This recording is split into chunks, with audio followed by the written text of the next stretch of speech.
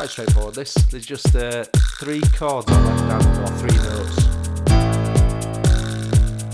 I always use 2 fingers, I probably shouldn't. On right hand, you've just got 2 chords, and it just repeats these 2 chords all the way through, regardless of what the left hand's doing.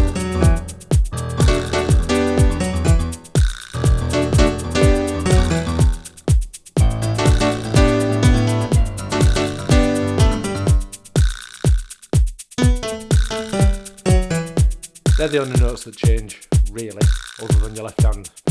This is what it sounds like.